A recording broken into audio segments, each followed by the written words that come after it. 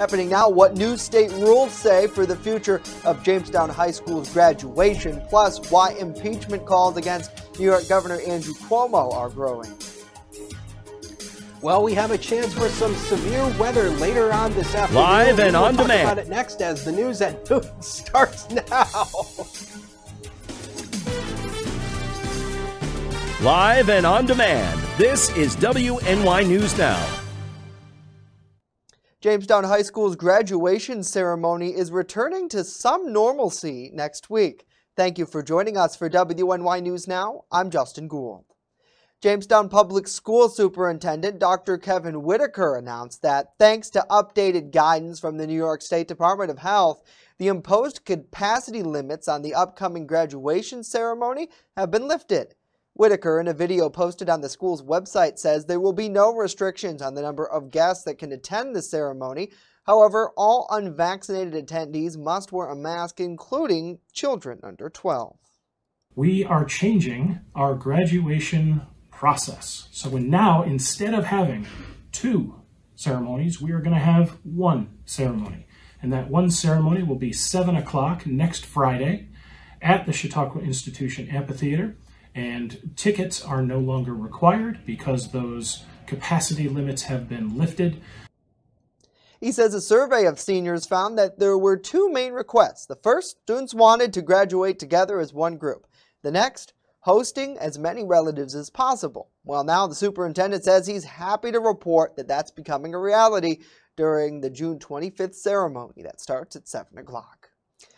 A new study out this week found that Governor Andrew Cuomo's executive order forcing nursing homes to readmit COVID-positive patients last year contributed to increased deaths.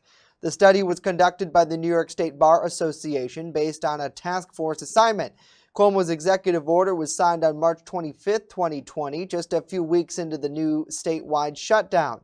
The association claims that the governor's order could have been rescinded around April 23rd, when it was evident that it was leading to increased COVID spread inside of nursing homes. New York GOP Chair Nick Langworthy, at a press conference yesterday, explained that the executive order, among other issues, should lead to impeachment articles removing Cuomo from office. You're talking about matters of life and death, and they stole the final moments from so many seniors and the dignity that they deserve to be surrounded by loved ones rather than alone. They should not have been in those nursing homes. It's really bothersome, and the families deserve justice, and the only justice is for Andrew Cuomo to, be held to account here and impeached and, I believe prosecuted. The order was held in place for a 6-week span before backlash rose and it was revoked. During that time, the Associated Press reported that over 9,000 were put back into nursing homes after they tested positive for the virus. A fundraiser to raise awareness and money for Alzheimer's disease is happening across the nation this weekend. WNY News Now's Mario Cosentino with more. The effort, titled The Longest Day, centers on and around June 20th, the day with the longest duration of sunlight, otherwise known as the summer solstice. Executive Director of the Alzheimer's Association's Northeast New York chapter, Beth Smith-Bovin, explains the annual fundraiser's special meaning. Longest Day campaign really bubbled up as a tribute to those living with Alzheimer's disease and their caregivers, because the concept is here that for every day for them is the longest day. She explains that each person can do an activity of their choosing to honor someone in their life who has been impacted by Alzheimer's. Some common longest day activities include things like sewing, gardening, cooking, and in the case of John Marcantonio, hiking. An avid hiker, this is the 3rd year in a row Marcantonio is going to take to several peaks of the Adirondacks honoring his mother, who died from the disease. His goal is to raise money by putting groups of people on 29 peaks across the state, and what he is calling the Longest Day 29 Peak Challenge. My passion now, in my mom's memory, is to fundraise and generate those funds necessary to provide that caregiver support in our local communities, and to also provide the National Association with funds to research and hopefully come up with a cure. After watching his mother suffer after being diagnosed with Alzheimer's, he has become very involved with his local chapter of the Alzheimer Association. This year we have 60 people that are signed up to hike currently. We have the 29 peaks covered, and we've raised over $12,000 and hoping for much, much more. While finding a cure is important to the Alzheimer Association, Bovin explains that their main focus is the daily care of 6.2 million Americans living with the disease. The organization offers a 24/7 helpline, one-on-one consultations, support groups, community-based education, and safety services. These efforts are funded in part by initiatives like the Longest Day and the Walk to End Alzheimer fundraiser. It is money that moves our mission forward. And so while we certainly want to raise awareness about Alzheimer's disease, we do need to raise money as well. Mario Cosentino, WNY News Now. Mario, thank you. To get involved with the Longest Day, you can go to alz.org where you can sign up. Well, the city of Jamestown is celebrating 40 years of being recognized as a Tree City USA. The program, sponsored by National Arbor Day Foundation, recognizes the area's connection to nature. In order to maintain the nationally known status, the city must meet 4 core standards. First, they must have a tree board, which is satisfied through the city's current park commission. Next, the city needs a tree care ordinance, which was first put into law in 1981. After that, the Parks Department needs to maintain a community forest program, and finally, each year the municipality must host an Arbor Day celebration, something city leaders continued this week. Parks Management met with other officials to plant 10 new trees at Allen Park yesterday.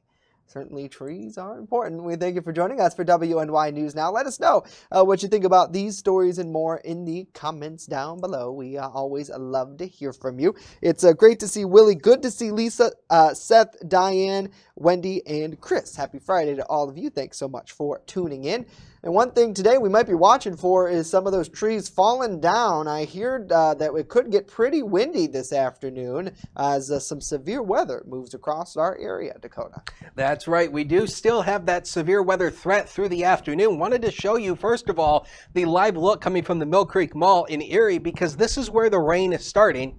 Initially, most of our weather flows west to east, so we're going to start to see the rain coming in on this camera site here pretty soon, and you'll see it on the radar imagery over a 5-hour time lapse. This is the first round of rain. Now, again, this is not the main action. The main action is going to come later in the afternoon, but this is round 1 of the rain for today. This is going to initially stabilize the air as it moves through, but what we have to keep an eye on is afternoon sunshine that may help to reheat the atmosphere, regenerate it, and cause some severe weather later on this afternoon. So the Storm Prediction Center does maintain the standard slight risk. That's a level 2 out of 5 for pretty much all of the southern tier in northwestern Pennsylvania. We'll talk about the timing a little bit later on, but the main threats here is mainly going to be damaging winds, maybe some large hail as well. And of course, the whole weather team is here today. We'll keep our eyes on it through the afternoon. 71 was the high yesterday, started the day at 55, 94, and 34 are the record highs and lows for this day set at the airport. So through the afternoon today, scattered showers roll in. That's round 1. They should end by mid this afternoon. Then the sun looks like it'll start to break out. Then we'll see the development of more showers and thunderstorms later on this afternoon. Those could pack a punch later on in the day. 74 to 81 with a southwest wind 11 to 22. So it's going to be breezy out there behind the thunderstorms and actually out ahead of the thunderstorms as well. So we'll time out those thunderstorms on Future Scan. We've got the newest run for you, plus how's Father's Day looking. We'll give you the latest details with that 7-day forecast later in the show. Justin? All right, Dakota, certainly looking forward to that. About 10 minutes time, you'll be back. Thank you. Regional officials convened yesterday in front of Jurassic Office Building in Mayville to observe World Elder Abuse Day, which was officially Tuesday of this week. Nicole Parshall was one of the speakers at that event. She serves as the supervising attorney for the Center for Elder Law and Justice, an organization that provides free legal services to survivors of elder abuse. Parshall explains that oftentimes those suffering from elder abuse might not be able to seek help alone. The attorney urges people in the community to reach out and speak out, the motto of this year's observation. We need you to reach out to the older adults in your life, in your neighborhood, and at your businesses. If you see something, say something. Signs of abuse are not always easy to see, but changes in spending habits, hygiene, mood, or perhaps a new friend or partner who appears overly engaged or controlling might all be signs of neglect or abuse. Chautauqua County Executive P.J. Wendell proclaimed June as Elder Abuse Prevention Month in the county. Well, tomorrow, June 19th, known as Juneteenth, is now a federal holiday. It commemorates the end of slavery in our country. A new holiday is rare, and as Britt Conway reports, the announcement sent some states and companies across the nation scrambling. More than 2 years after President Abraham Lincoln's historic Emancipation Proclamation, Union Army Major General Gordon Granger rode into Galveston, Texas, and on June 19, 1865, shared the news: all slaves are free. The day became known as Juneteenth, and it's long been celebrated around the country. But now, Juneteenth is a federal holiday. All Americans can feel the power of this day and learn from our history. Juneteenth is the first federal holiday to be established since Martin Luther King Jr. Day in 1983. The rarity of it had governors across the country scrambling to make plans for their state offices. This year, June 19th falls on a Saturday, so the closest workday is today. Many states, including Maryland, Nebraska, Missouri, West Virginia, and Alabama, will give most public employees the day off. But government workers in other states, like California, will have to wait until next year. On the federal level, most employees are off today. Private businesses aren't bound by federal holidays, but companies like Apple, along with Lyft and Peloton, gave their people a day off too. And Google canceled meetings today. 94-year-old Opal Lee has campaigned for this holiday for years. To have it actually happen was, can I use the phrase the children use? It was off the chain. I'm Britt Conway reporting. Britt, thank you. New York first recognized Juneteenth as a state holiday last year. Well, coming up, the latest arrests connected to Jamestown police's efforts to get dangerous drugs off of city streets. And later, we head live to the Chautauqua County Humane Society for our Pet of the Week segment. Stay with us as WNY News Now continues.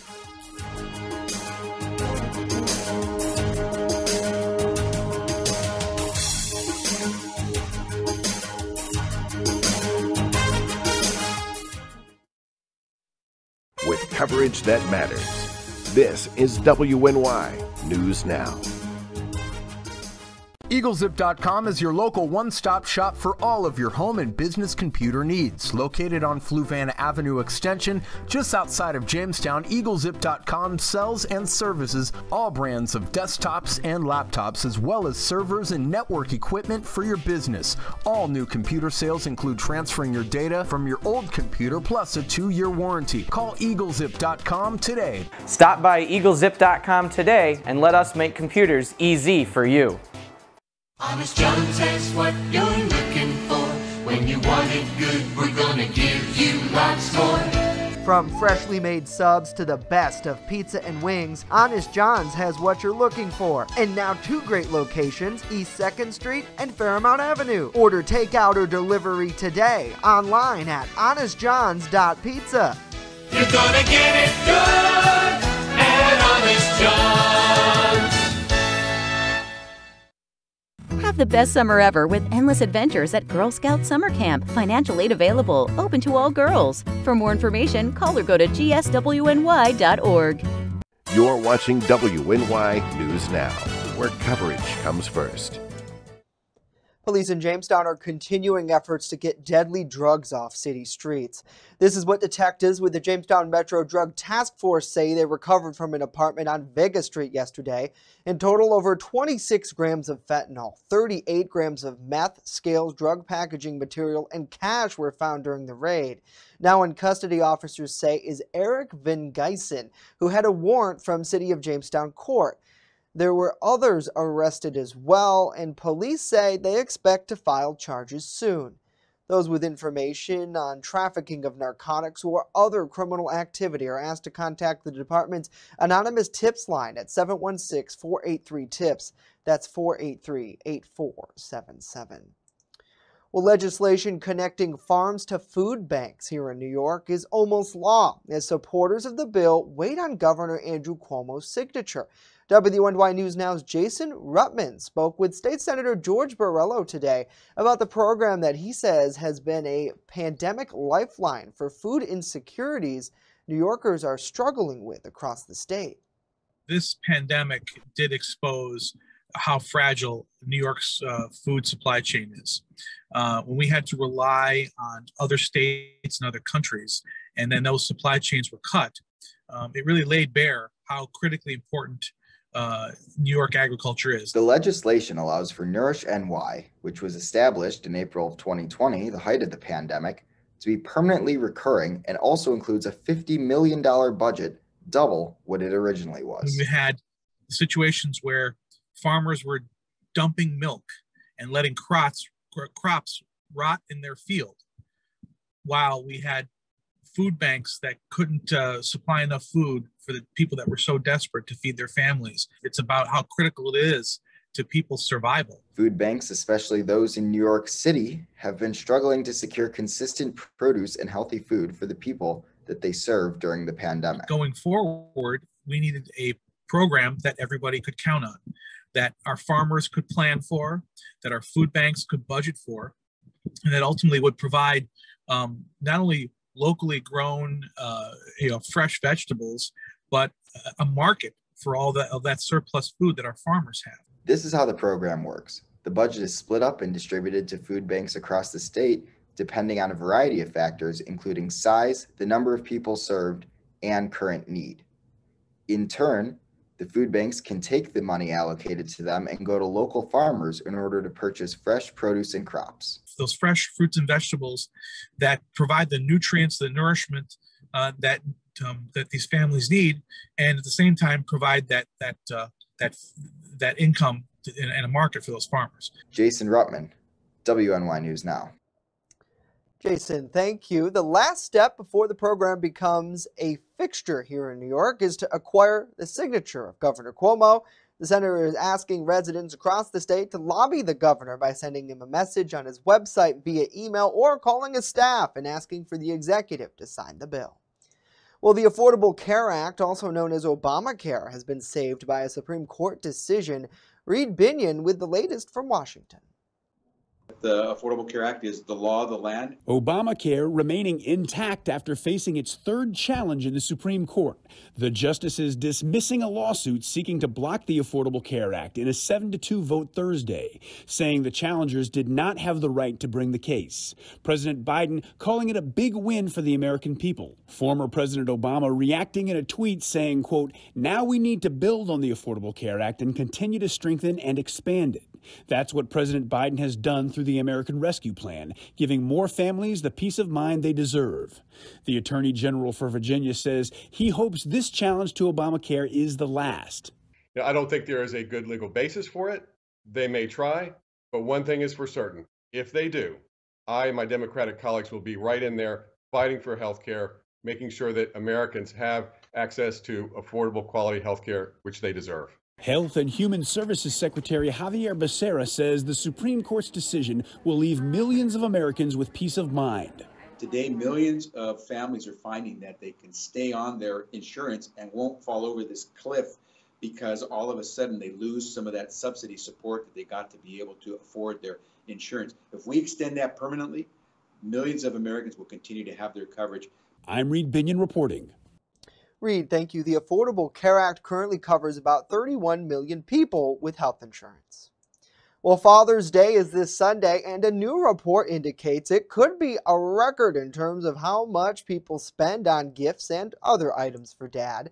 The National Retail Federation is predicting consumers will shell out upwards of $20 billion. That would be the most Father's Day spending on record, and considerably more than last year's $17 billion.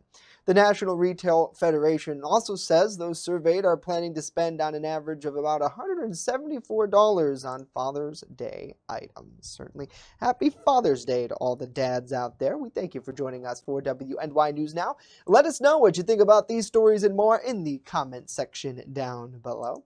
Well, now let's get to Chief Forecaster Dakota Hunter, who's standing by in the First Defense Weather Center. And I know, Dakota, you were pretty busy this afternoon because you're watching for could be some severe thunderstorms moving across our area. Yes, we do. We have that potential. Let's get right into it. First of all, wanted to show you summer officially starts actually on Father's Day. But yes, so the summer solstice officially occurs at 11:31 p.m. Sunday. So if you want to round it off, we'll call it Monday morning for the official summer solstice. So summer will officially get going in style, but yeah, it's going to be feeling like summer as we head to the next couple of days. We got 66 right now at the airport as a noon hour, southwest wind at 10, and notice the humidity up a little bit. 57 degrees is our current dew point, and we're going to see that start to rise as we go through the next couple of days as well. Temperatures around the region right now, 70 in Randolph, 71 Fredonia, 67 Clymer, 71 also in Erie, 70 still in Olean, and also in Delavan. That's the favorite number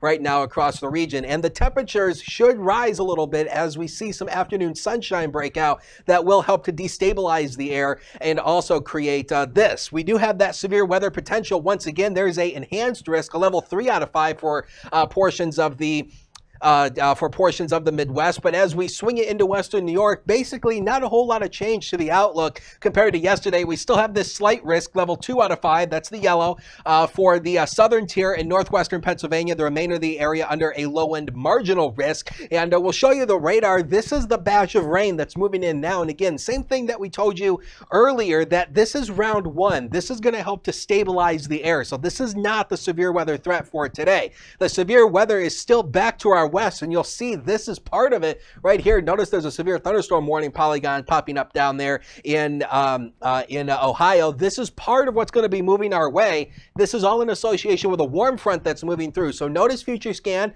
shows you those rain and maybe a couple rumbles of thunder moving through. Notice the peaks of the cloud cover here. This is what we have to watch. How much of the breakage of the cloud cover are we going to see this afternoon that's going to lead to some sunshine? Because something we often tell you, sunshine is the petrol for thunderstorm development. So we have to see how much sunshine breaks out this afternoon. Then here come showers and thunderstorms developing later this afternoon. This is by around 5 o'clock. So the main severe weather threat this afternoon is going to be 5 o'clock to around 7 o'clock. That's based on the newest guidance. So 5 o'clock western areas, 7 o'clock out to the east. That's when the showers and thunderstorms should end. Then we may see a few more showers and thunderstorms overnight. Then we get into another round of showers and thunderstorms tomorrow, but those should not be severe through the day on Saturday. Then it turns drier on Sunday. Wanted to show you storm potential. This is a product that we have in Future Scan exclusive to us that shows you the chance for thunderstorm development. We're looking for the greens and the yellows. That shows you the better chance for thunderstorm development, and we do see them starting to pop up later this afternoon. So again,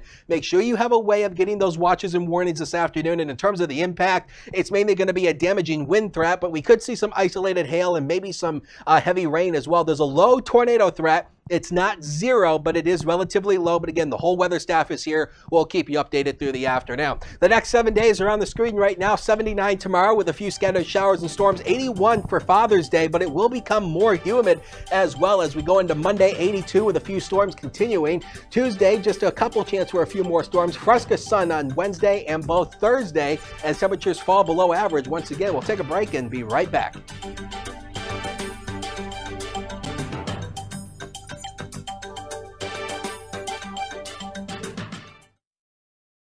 With coverage that matters. This is WNY News Now.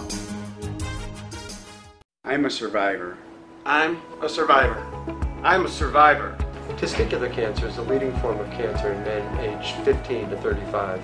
1 in 250 men will be diagnosed with testicular cancer. But 98% will survive if detected early. As a survivor, I believe early detection is the key. Learn how to do a testicular self-exam and other important facts about testicular cancer at oneball4tc.com. I know what you're thinking. I need a job. I need a new career. Well, I've been there. I've been there. I've been there. I wasn't happy with what I was doing. After high school, I didn't have a plan. I just wanted to start working. I got laid off twice, but you gotta keep going. You just need the right skills. Find an apprenticeship. I found a 2-year IT program. I found a medical course online. I'm now a consultant in the tech space. You have more options than you think. You can do this. You will find something. You will find something new.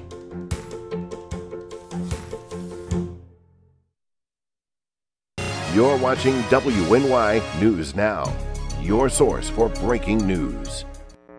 Welcome back to WNY News Now. In an effort to help our furry friends find their forever home, we're partnered with the Chautauqua County Humane Society, and my favorite segment is the Pet of the Week. Joining us live is Amanda Sublett to talk more about this week's featured furry friend, and it looks like it's nap time there on Strunk Road, Amanda. It is nap time. I would love to show you how sweet and friendly she is, but most people or cats don't like being woken up when they're napping, so we're going to let her rest. Her name is Pixie. She's about a year old, an absolute sweetheart. Like, I fell in love the first time I met her because she's so easygoing, the kind that's going to do really, really well with small children because they allow that type of handling that little kids get a little crazy with. She loves people and loves affection. I haven't seen her play yet. That doesn't mean she won't, but she's definitely the type to follow you around and be involved in everything that you're doing. So if you're looking for somebody social, she's the girl for you. Yeah, definitely looks like it. And we were joking during the break that I love these live shots you guys produce right there in her element. And it looks like she gets along with the other cats pretty well. Yeah, she actually does really well. She hasn't had any problems with anybody here. She did come to us with a litter of kittens, so that's part of the way that we know she does well because she socialized well with them. She was a really good mom and took good care of them. They have all since found their home, and now it's her turn. Absolutely. So you mentioned that she might be a good cat to introduce with kids, and I know we talked about this last week a little bit about the importance of teaching young members of households about animals and how to treat them. With having such a laid-back cat, it seems like she might be the perfect fit for a situation like that. She really would be. Actually, since adopting my own cat, my 2-year-old has taught me even more so about how all the ways that little children can treat cats. It's not always the friendliest, but it's a matter of learning, and I think she can handle that really well. One of the first times I picked her up, I gave her a nice big hug, and she just curled right up and loved every second of it. And if she can enjoy that, I think she can handle a lot more too. Absolutely. Who's the guy in your lap? It looks like he's he's ready to steal the show. We met him a few months ago. This is Charlie Barley. He's about 4 years old. He loves attention. He'll follow you anywhere you go around here. He's a social guy, and he's really looking for the right home, and he needs that special home because he's had bad luck right now. Hopefully, all right, well, absolutely. So our friend Charlie Barley, and can't forget about Pixie, even though she's kind of sleeping on the job here. I guess she didn't get the memo today. But again, to learn more about any of the furry friends that we are showing off here at the Chautauqua County Humane Society, it is so easy. You can log on to chqhumane.org, or you can even give them a call if that's more your style, 665-2209. And we're showing a couple of pictures just to show off Pixie a little more. And you see how friendly she is there with Brian at the Humane Society, you know, giving him kisses. So, folks, she definitely looks like a great cat looking for a great home. So, Brian and Amanda, we thank you so much for your time today. Again, chqhumane.org is the place to be in order to learn more about these cats and dogs. And they have a great level of resources and information on there too. And I think I should take a play out of Pixie's handbook, Dakota, and get ready for a nap. I mean, you can't get any better. Well, you know, I posted in the comments section, you know, I posted it because, you know, she woke up for her nap briefly to itch. So I said, gotta love it when an itch wakes you up from your royal nap. Yeah, That's the only thing, but then straight back to it. Yep. Straight back to Yep, it. and she went right back to sawing logs. Gosh, that's awesome. Got to get that itch first. Always, always. I love it. All right. Well, that's going to do it for us today. Of course, news continues 24/7 at WNYNewsNow.com and on our mobile app. Well, we'll leave you with this live look over Chautauqua Lake. Quiet now, but as Dakota mentioned, be on the lookout for those storms this afternoon. Stay up to date online at WNYNewsNow.com and on our mobile app. We're back on Monday. We'll see you then.